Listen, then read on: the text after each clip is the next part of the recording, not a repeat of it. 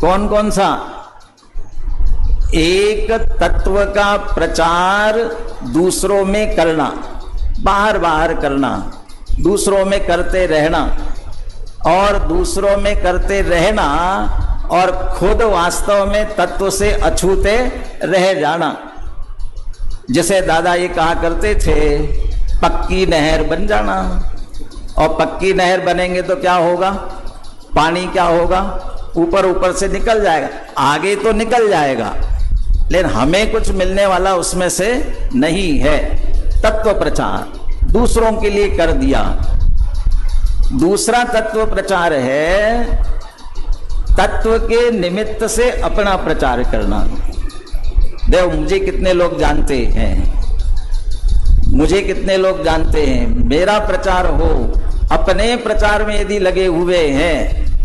और वास्तविक तीसरा तत्व प्रचार है तत्व का अपने में प्रचार करना। तत्व को वास्तव में अपने स्वयं समझना, स्वयं जानना और उसका स्वयं अनुभव करने का प्रयास करना।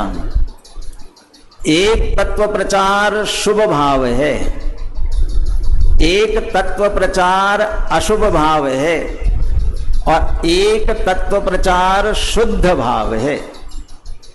जो हम सचमुच लोग जाने समझे इस उद्देश्य से यदि भले हम नहीं भीग रहे हों कदाचित, तो भी दूसरों को समझा रहे हैं, तो कदाचित हमारा कल्याण न हो, दूसरों का तो कल्याण हो रहा है, दूसरों तक हम बात पहुंचा रहे हैं, इसलिए वह पुण्य का कारण बने, शुभ भाव का कारण बन सकती है।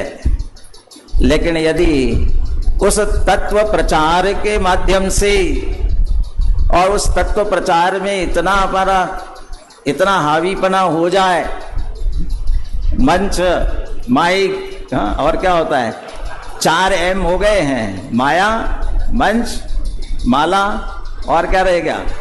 अजय, माइक रह गया। तो मंच पे आओगे तो माइक तो मिलेगी ही भाई। और यदि हम ये करेंगे तो हमको मिलेगा ना।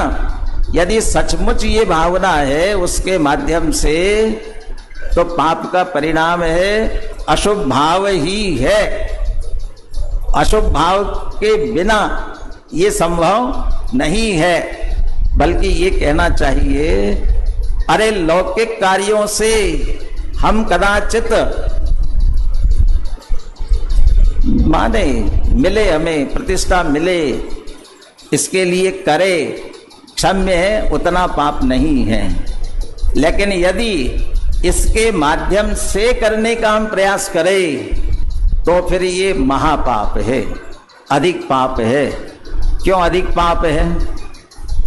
अन्य क्षेत्रे कृतम पापम धर्म क्षेत्रे विनश्यति, और धर्म क्षेत्रे कृतम पापम वज्रलेपो भविष्यति।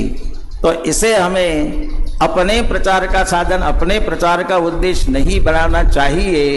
स्वयं के तत्व प्रचार का तत्व अपने में प्रचारित हो, और तत्व अपने में प्रचारित हो।